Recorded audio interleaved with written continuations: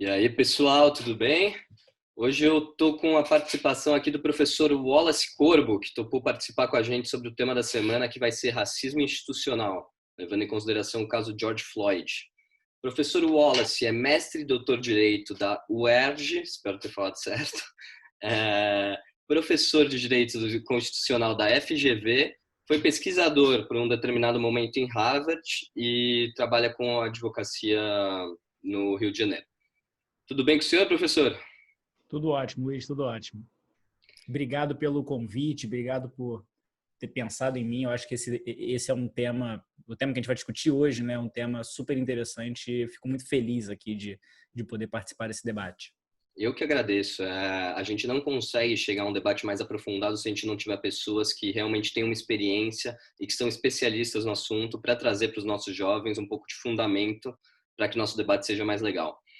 Então, professor, conforme eu falei com o senhor antes, a gente preparou algumas perguntas para você, tá bom? A gente vai fazer as perguntas e a partir daí o senhor desenvolve o seu raciocínio, combinado?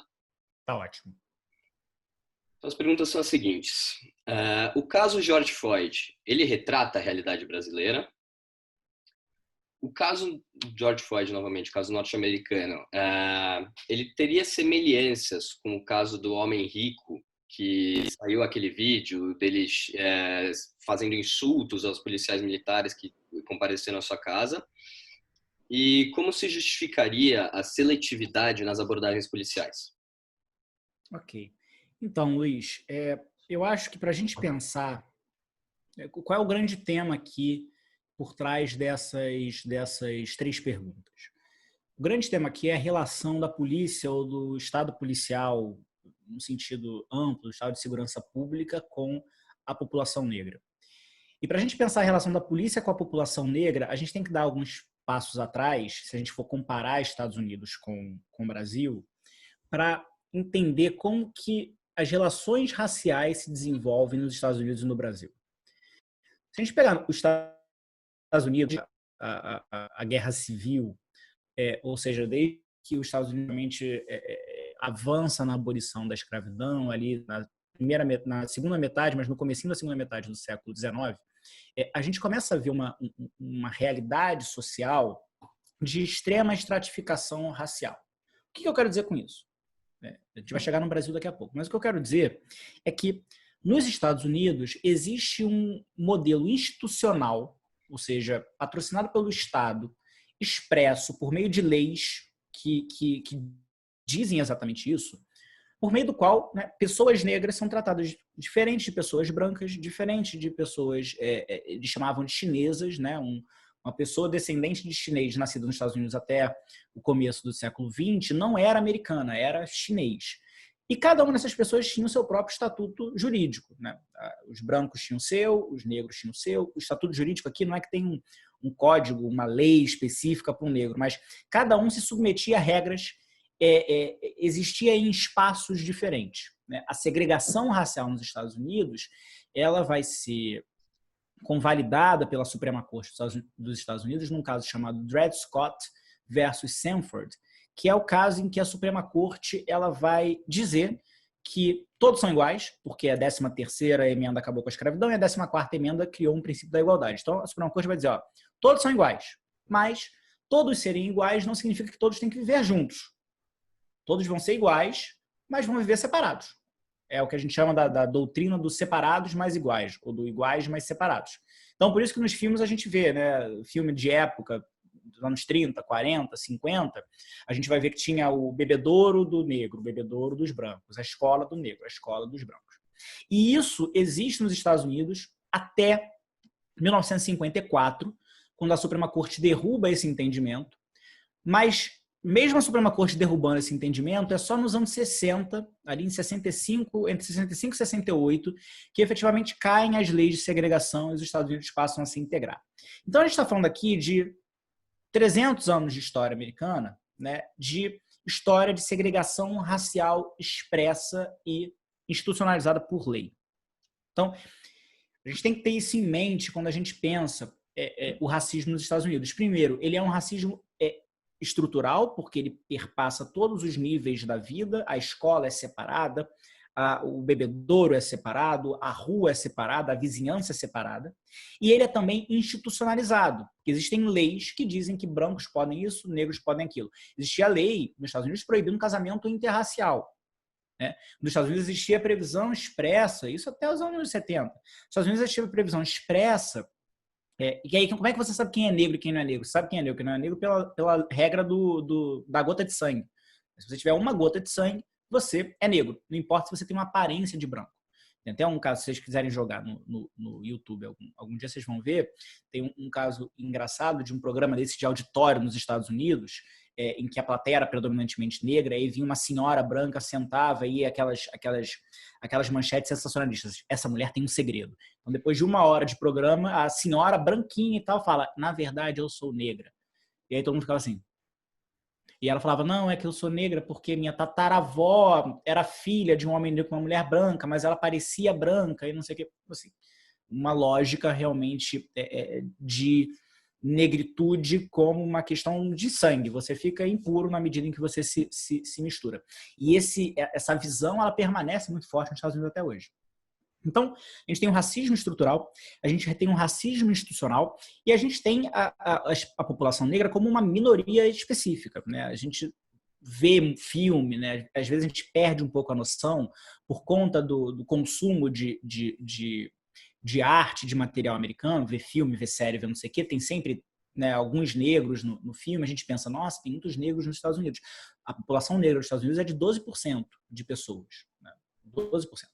A população americana hoje é mais ou menos 12% de pessoas negras, 18% de latinos, né, desses hispânicos, que é como o censo americano trata, e o resto é branco. Algum tipo de tem alguns nativos americanos e o resto é praticamente pessoas brancas, caucasianos. Então a gente está falando de uma minoria mesmo, minoria numérica, que passa a viver em guetos e que passa a se estruturar nessas comunidades.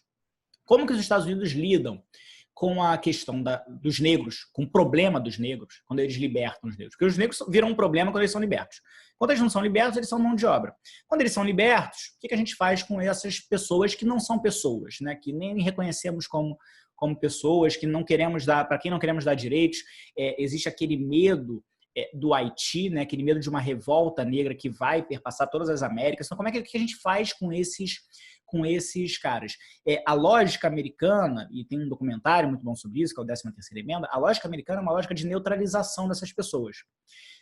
Jogar essas pessoas de alguma forma na escravidão que não pode mais. Então coloca nas cadeias, coloca em prisão com trabalho forçado, prende a pessoa por estar andando na rua sem documento, então cria-se as legislações de vadiagem que existem até hoje nos Estados Unidos. Então, se você estiver andando numa vizinhança sem nenhum motivo, alguém pode ligar para a polícia pode te parar e, em alguns lugares dos Estados Unidos, pode te parar e perguntar o que você está fazendo aí. Não está fazendo nada, você vai preso.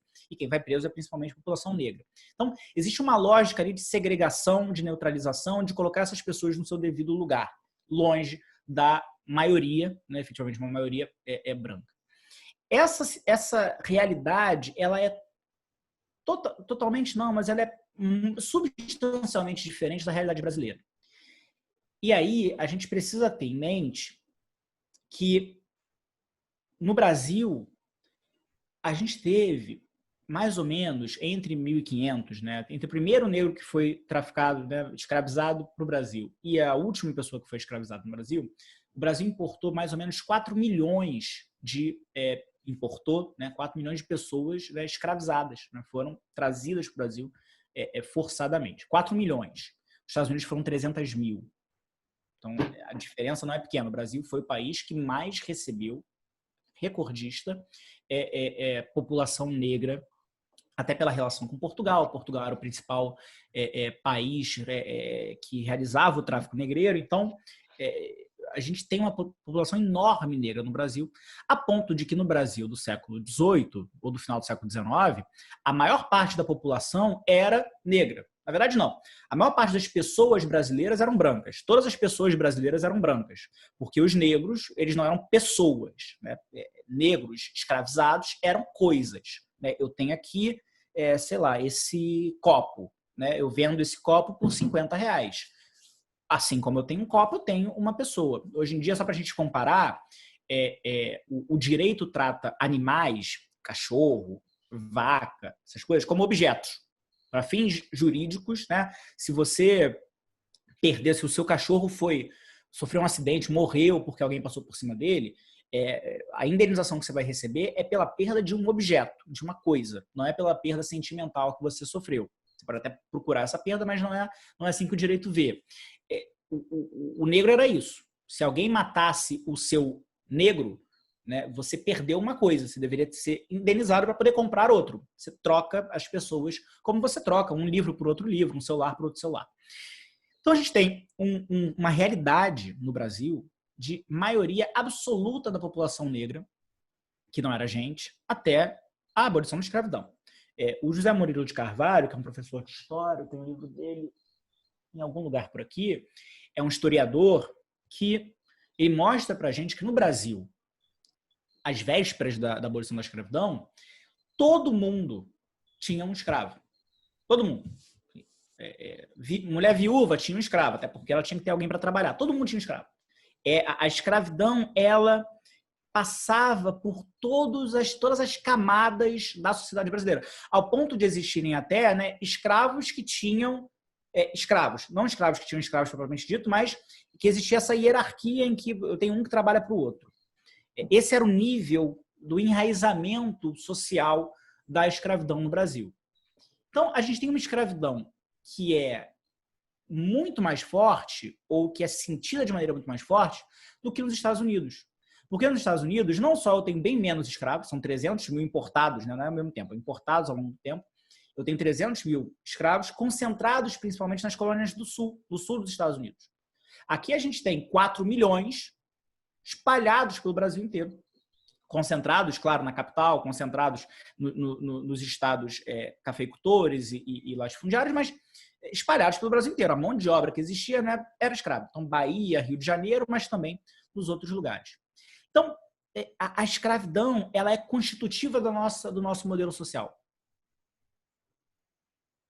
Ao ponto de, se a gente tem 500 anos de escravidão, esse negócio continua aqui, né? E ao ponto de, quando a escravidão acabou, a gente tem um problema muito maior. Porque quando a escravidão acabou, todo mundo parou e falou, o que a gente faz agora? Com essa maioria negra, que está com raiva, né? Nem todo mundo, mas que está com raiva. Foram várias revoltas escravas que a gente não estuda, de pessoas escravizadas que a gente não estuda ao longo do Império, ao longo de todo o período de escravidão no Brasil. O que a gente faz com esses caras que podem a qualquer momento virar o Haiti? O medo do Haiti, do terror negro, era enorme no Brasil. Foi uma força motriz no Brasil. O que a gente fez? A gente, por exemplo, tirou o direito de voto de analfabeto, então a gente cortou essas pessoas. Mas, para além disso, houve um surgimento nesse pós-escravidão de um pensamento político e social e pseudocientífico que dizia o seguinte, olha, não, o jeito aqui é miscigenar. Miscigenar para embranquecer.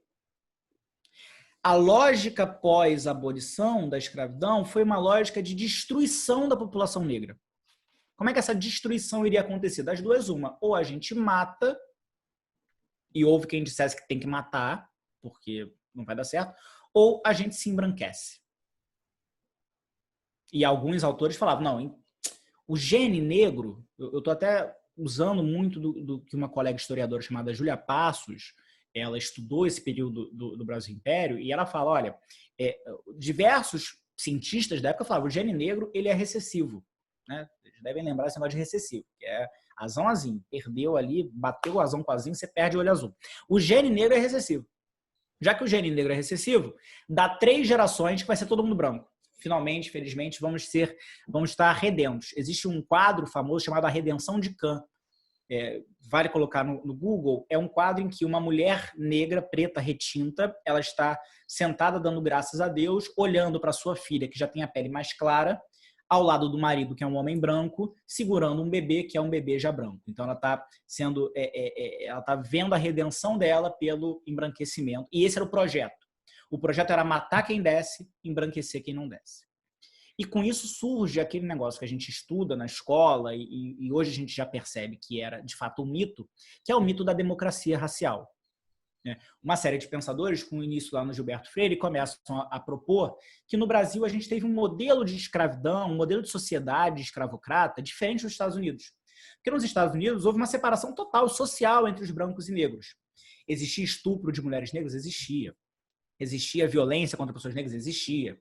Mas o filho miscigenado nunca seria reconhecido. Nunca teria uma terra, raramente teria alguma coisa. Enquanto no Brasil isso acontecia.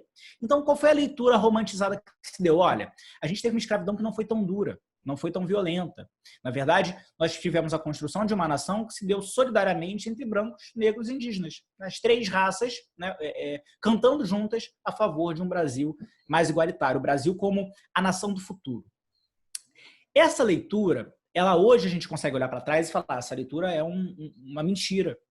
Porque o Brasil não se edificou como uma democracia racial nunca. Existe uma hierarquização, um racismo pesado. A escravidão não foi branda, a escravidão ela foi extremamente violenta, porque a escravidão é violenta. Mulheres negras foram extremamente violentadas sexualmente, homens negros foram extremamente mortos e violentados. Mas essa leitura romantizada, de certa forma, respondia a uma outra leitura, ou a duas outras leituras que diziam que o Brasil não tinha futuro e que tinha que matar as pessoas negras.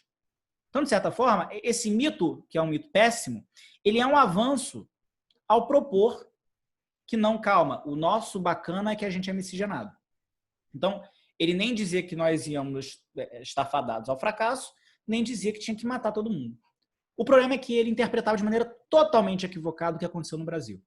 E o mito da democracia racial foi institucionalmente adotado, especialmente ali a partir da ditadura militar, mas também já um pouco antes disso, para dizer que o Brasil é um país sem racismo. No Brasil não há racistas. Essa foi a tese. Então, o que a gente tem? A gente não tem no Brasil uma lei que diga que negros não têm acesso à universidade. A gente não tem no Brasil uma regra no vestibular que diga que negros não podem entrar. A gente não tem no Brasil uma porta que seja a porta dos negros e a porta dos brancos. O nosso racismo, ele não é colocado de maneira expressa. Mas ele não precisa ser colocado de maneira expressa porque ele está ali enraizado nas nossas formas sociais de se relacionar. Como? No Brasil, a gente não precisa de uma porta para negros e de uma porta para brancos. Quem usa o elevador de serviço? Quem usa o elevador social, né, para quem mora em prédio? Hoje em dia, felizmente, isso é cada vez mais combatido, mas se a gente anda 10 anos para trás, era absolutamente comum, hoje em dia pode ser até um pouco menos, mas ainda está super presente, absolutamente comum, chega uma pessoa negra, seja ela doméstica, seja ela uma visita, seja ela um entregador, essa pessoa não entra no elevador social de um prédio, ela entra no elevador de serviço, né, como uma segregação tácita, né, que não é dita, que é implícita, mas que é respeitada entre os espaços. Então, enquanto nos Estados Unidos eu tenho, e tudo isso, né, é uma regra tão forte que consegue obrigar uma maioria negra, porque no Brasil a gente tem uma maioria negra, se a gente pensar em pretos e pardos, mas certamente o número de pretos é até maior, a gente tem uma maioria negra que está submetida por conta desse enraizamento das relações racistas no nosso que está submetida a esse modelo racial. Então, qual é a diferença do caso americano para o caso brasileiro? Também é uma diferença política, porque enquanto nos Estados Unidos existe uma lógica de neutralização e de segregação, no Brasil existe uma lógica de extermínio. Alguns autores, Abdias do Nascimento, falavam no genocídio da população negra. A polícia americana, em 2019, matou aproximadamente 1.800 pessoas. A polícia dos Estados Unidos inteiro. Esse é o número de mortes da polícia de São Paulo. E, se eu não me engano, não é nem no ano inteiro. Então, a polícia brasileira, ela mata. Não tem essa de... Essas manifestações americanas são importantíssimas, estão inclusive deflagrando manifestações no Brasil, mas o que vocês estão vendo no vídeo da CNN, mostrando ali o cara protestando, aí o policial vai lá e dá uma coronhada no cara, isso não aconteceria no Brasil. No Brasil, esse homem estaria morto. Porque é assim que acontece. A polícia ela chega para matar. Agora, o nosso racismo ele é tão pernicioso que a polícia que mata as pessoas negras não é como aparece nos vídeos americanos, o policial branco do Sul. O policial que mata o homem negro no Brasil é um policial negro. De uma polícia que é criada para perseguir, para capturar, para resgatar escravos. Então, a gente está falando aqui de um racismo que ele nunca precisou ser colocado em lei, porque ele sempre foi enraizado nas relações sociais, na forma como as empregadas domésticas são tratadas, como os filhos da empregada doméstica são tratados, não são tratados como crianças, são vidas que não merecem atenção, né? Como a gente trata os porteiros, como a gente trata toda essa população que é predominantemente negra. E o nosso racismo é pernicioso porque, exatamente porque ele não é dito, ele não é colocado, ele nunca é falado, ele é confundido com um problema de relação de classe. No Brasil, o discurso que predominou nos anos 90 e 2000, e ainda hoje ele é forte, é um discurso de que no Brasil não temos racismo, temos um problema de desigualdade social. Mas no Brasil nós temos os dois. Porque uma pessoa pobre branca, ela não vai passar pelos entraves que uma pessoa pobre negra vai passar. Quais são os entraves? Os entraves da cor. Uma pessoa negra, ela é barrada, ela é vista, ela é perfilada. Profiled é o termo americano. Ela é perfilada pelas instituições. Porque estrutural e institucionalmente a gente não concebe da possibilidade de uma pessoa negra estar em posições de poder. Portanto, se aparece uma pessoa negra em algum espaço desses, a gente desconfia. Então, como é que a gente pega todo esse arcabouço histórico, social, político e pensa essas 3 perguntas básicas que envolvem o caso de George Floyd e a realidade brasileira? O caso de George Floyd é o caso de um homem negro sujeito à violência policial extrema que levou à sua morte. Como que isso se relaciona com o caso brasileiro? O problema brasileiro não é um problema só de violência policial. Os Estados Unidos têm um problema grave de violência policial. De profile, de assédio, de perseguição, de racismo. Eles têm um problema de linchamento, que existe até hoje. Mas o Brasil tem tudo isso e tem algo mais. Porque no Brasil não só a pessoa negra é parada na rua e revistada, a pessoa negra, as pessoas negras estão sujeitas constantemente à morte. Morte, execução. Ser parado, ser jogado num camburão e não saber se você vai sobreviver. E isso acontece no Brasil. Acontece nos Estados Unidos? Acontece, mas muito menos. A história americana é muito menos forte nisso. Se a gente pegar os casos de pessoas negras mortas nos Estados Unidos, não dá um mês no Rio de Janeiro. Mas no Brasil, o racismo não falado, ele também não permitiu a organização social que a população negra americana tem tão forte. Nós temos movimentos negros organizados, mas a gente tem ainda uma difusão muito forte das pessoas e uma tentativa, essa lógica do embranquecimento que faz com que as pessoas não se vejam como negras, ou não percebam o racismo, ou não estejam confortáveis para confessá-lo. Então, qual é a relação do caso de George Floyd com a realidade brasileira? Ele é um aspecto da nossa realidade, mas ele não reflete o nosso problema sério. Uma polícia que existe para matar, uma polícia que acha que é ok matar, uma polícia que existe para morrer também. Homens negros de farda matando homens negros. Essa é a nossa trágica realidade no Brasil. Qual é a relação do caso americano com o caso do homem rico que insultou policiais em Alphaville? De novo, a situação, a gente vai ter que aqui fazer um exercício de imaginação, né? Porque nos Estados Unidos, as relações raciais são de tal forma que talvez a gente não cogitasse tão fortemente da possibilidade de uma situação inversa que aconteceu do caso do homem rico, que é um homem branco, policial branco, assediar um homem negro em posição social de respeito e sair envergonhado disso. Nos Estados Unidos, a raça vista, a supremacia branca se revela de uma forma que supera até mesmo o você sabe com quem você está falando, que é uma característica muito forte do Brasil. No Brasil, um homem negro em posição social, ele consegue usar um recurso de embranquecimento, mas só no limite do que lhe é possível dar a famosa carteirada. Porque se isso não for possível, ele vai ser morto, como qualquer outro. Agora, qual é a relação? Eu diria que a gente tem que pensar essa relação muito menos em comparação com os Estados Unidos, muito mais em comparação com o Brasil. né? Em que situação um policial vai não assediar uma pessoa no Brasil, uma pessoa branca ainda por cima? Na situação em que a hierarquia racial se sobrepõe. E aí, esse caso é importante, o caso do homem branco de Alphaville, porque ele dramatizou as nossas relações sociais. Ele despiu aquele policial negro que é formado, não digo que aquele homem era um homem que mata, mas que tem uma formação institucional que é feita para exercer a força. A relação racial e a relação social ali despiu, né, esse homem desse instrumental. O que mostra como, de fato, a gente está falando de relações díspares que são muito fortes, né? O monopólio da força sucumbindo ao monopólio da raça. E como a gente pensa a seletividade na abordagem policial, é exatamente a partir desse contexto. Quer dizer, a gente criou no imaginário brasileiro, sem a necessidade de nenhuma lei falando isso, a gente criou no imaginário brasileiro uma lógica de discriminação geográfica, social e política. De modo que pessoas negras não pertencem a lugares.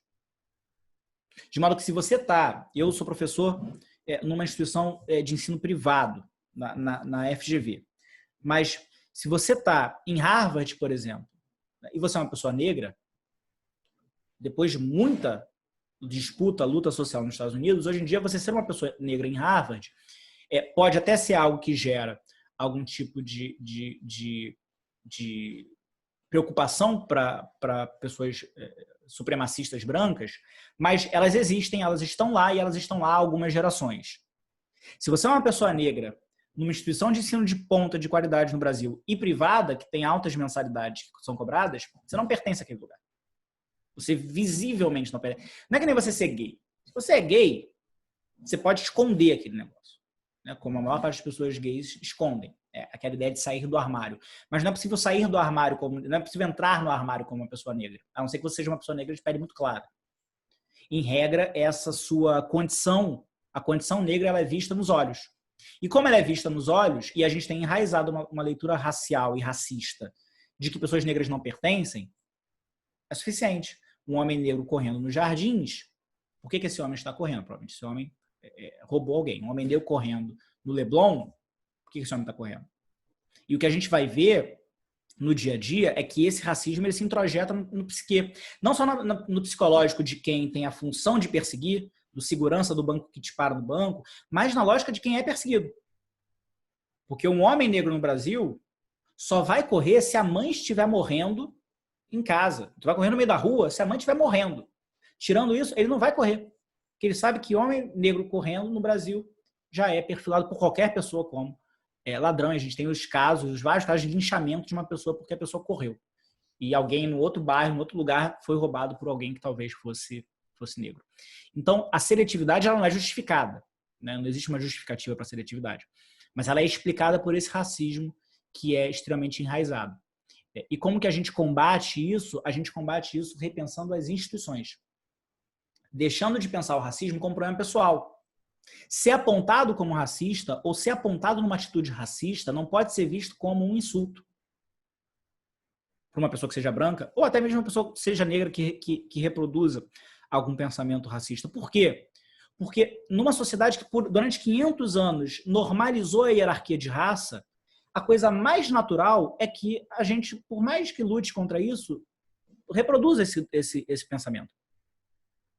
E essa ideia de que é natural que a gente reproduza, ou de que é normal que a gente reproduza, de que é inevitável essa reprodução, não pode servir de justificação. Olha, fui racista, mas fazer o que não tem como ser. Não. Tem que servir de fundamento para parar e pensar, bem, eu posso ter sido mesmo. O que eu fiz? O que eu posso mudar? Mas para além do aspecto individual, a gente precisa avançar para um aspecto institucional, que é como eu mudo as leis, como eu mudo as estruturas, como eu mudo os espaços, para que cada vez menos seja menos incomum ver uma pessoa negra nos jardins, ver uma pessoa negra no Leblon, ver uma pessoa negra em Alphaville, e, portanto, seja cada vez menos comum o olhar do estranhamento, o não pertencimento do espaço. Como fazer isso é a parte mais difícil. Como fazer isso no mercado de trabalho, como fazer isso no acesso aos direitos sociais, essa é a parte mais difícil. Mas muito importante a discussão americana, porque a discussão americana está fazendo ressurgir ou fortalecendo uma discussão brasileira que a gente já estava tendo desde a morte do menino João Pedro, desde a morte do Miguel, desde a morte da Ágata, E a discussão americana fortaleceu isso. Mas é importante agora a gente aproveitar esse momento para refletir não sobre o racismo nos Estados Unidos, está distante. A gente olha sempre pensando, nossa, que triste nação. E passar para olhar para o nosso. Porque se lá existe tragédia, eu odeio hierarquizar sofrimentos. Mas eu vou quase fazer isso. Se lá existe tragédia e sofrimento, aqui esse sofrimento ele é enorme e silenciado. Porque lá a gente consegue ver. Aqui a gente não consegue. A gente não tem nem organizações que tenham visibilidade na imprensa. A imprensa nega o racismo. Os meios de comunicação como um todo, agora que eles começam a reconhecer, historicamente, se a gente pensar a Globo, por exemplo, a Rede Globo, o editor-chefe do jornalismo da Globo publicou um livro nos anos 90 dizendo não somos racistas. Então, como que você supera o maior meio de comunicação que existe dizendo que o racismo não existe? Como que eu vou pautar isso, né, se o maior meio de comunicação do Brasil não acha que é um problema? Nos Estados Unidos, a gente vê as séries, Todo Mundo Odeia a Chris, ou então qualquer outra série em que a questão está posta. Aqui a gente não vê, começa a ver nos últimos 5 anos, né, com esse fortalecimento da organização negra e tal. Então, olhar para o Brasil, aproveitar esse momento para olhar para o Brasil e pensar como que a gente supera os problemas que a gente teve até agora. Acho que eu me estendi bastante, mas eu acho que essas são as reflexões que eu acho que vale a pena a gente ter para esse debate. Professor Wallace, que aula que você deu para mim. Fazia tempo, acho que eu não anotava tanta coisa aqui no meu caderninho. E, meu, essa experiência e como que eu vou falar isso? Essa lucidez com que você tratou o assunto, que eu, por exemplo, ainda tenho muito que aprender, eu acho que vai ajudar muito o nosso pessoal e nossos seguidores a desenvolverem seu próprio raciocínio. Só tenho que te agradecer aí por ter topado participar do projeto e por poder responder essas questões pela gente. Foi de uma uma contribuição maravilhosa aqui ter sua Que bom, presença. Luiz, que bom. Espero que você consiga acompanhar o debate. Muito obrigado, viu? Vou acompanhar sim, vou acompanhar sim. Obrigado a você. Tchau, professor. Um abraço. Tchau, tchau.